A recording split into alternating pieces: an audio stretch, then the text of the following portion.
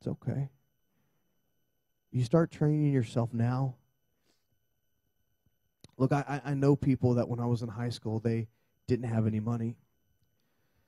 And they would go out and they'd find odd jobs, not because they had something that they wanted to spend their money on, but they just wanted to have something to give because they wanted to prepare themselves. They wanted to get in that habit, and they wanted to build that part of the relationship with Christ. And I'm closing with this, but I'm closing with this story. I'm currently working on a video project with a company called Challenge Enterprises. It's a nonprofit company, and what they do is they take people with mental and physical handicaps, and they help them find a job. And so they're getting ready to give out all these awards, and I'm doing these video interviews with these people who are getting awards. And there's this one guy named Melvin. Melvin's a cool cat. He's a big Yankees fan, that type of stuff, but he's mentally challenged. And when he first started working with Challenge Enterprises, he was getting paid, and they came to find out that he was giving like over 60% of his money to charity. Like over half of what he was making, he was just giving to charity. Like somebody would call and say, hey, will you give to? He's like, yeah. He was giving it all away. And so they kind of reined it back in, and he's given to 2 charities. And I was asking him, I'm like, well, why do you give? Why is it that you give? You know, he gives to his church, and he gives to feed the children. And why is it that you give? Because I want to be an example for people. I want to be an example for people with disabilities that just say, just because I'm not, just because I have a disability doesn't mean that I can't contribute. Just because I have a disability doesn't mean I can't give. Just because I have a disability, I don't want to be that person. Now here's a man who had reasons not to give, because the government, our lovely government that wants to take care of everybody, is taking care of him. So he doesn't have to give, but he wants to, because he realizes it's not about the money. It's not about the possessions. It's not about the material stuff. And if the band will come back up, or Steve, or guitar, or piano, or whatever. The one thing I understand is that this message, I know this was a choppy kind of message. This message was hard. I mean, like if I was in the adults, I'd be like sweating, getting in people's faces and that type of stuff, because they need to hear that. I come in here and I understand that you guys are, most of you, half of you don't even make any money. You just rely on what your parents give you and that type of thing. But I've told you before, this goes so much bigger than just money. This whole series, Practical Atheist, everything's got to come down. Everything that we are has to come back to who He is. Everything. That the next message in this series, the last message in this series is going to be about sharing our faith with others. I'm a Christian, but I'm not going to talk to anybody about it.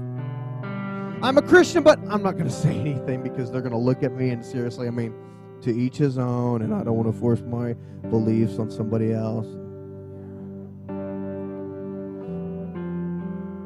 If we believe that God is who He says He is, if we believe that Jesus really died to save our souls from eternity in hell, and we have friends that we say that we care about, why are we not going to share it with them? I'm a Christian, but I'll let you decide on your own about heaven. And, if I don't say anything, then somebody else will say something, and you still have a pretty good shot not to burn an eternal damnation fire. But I'm a Christian. Hope to see you there.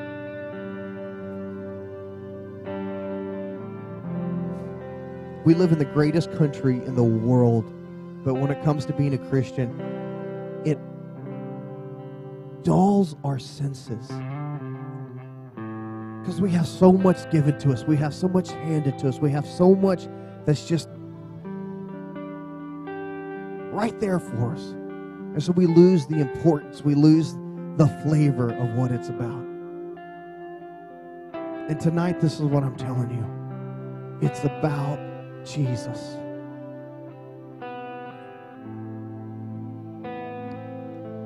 if I let go of everything else in my life, there's more of me to hold on to more of him.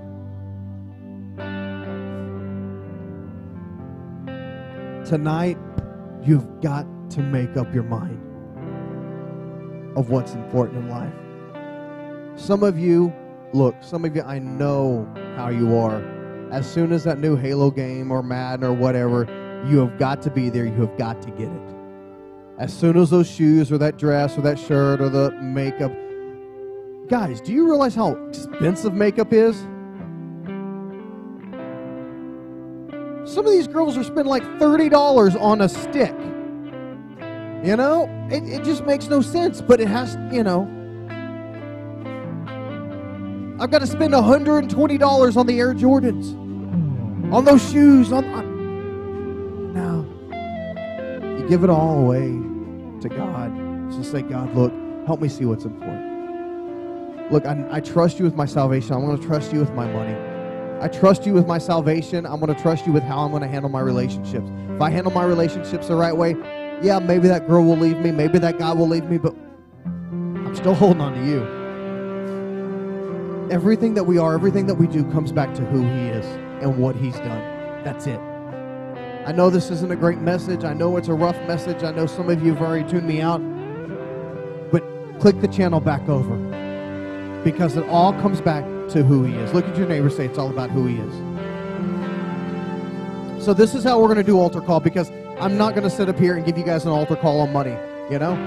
I want you guys to dig down deep and get all the change out of your pocket, and I want you to just come up here and throw it on the stage. No, I'm not going to do that. We're going to do how he loves. This is how we're going to end. We're going to come up,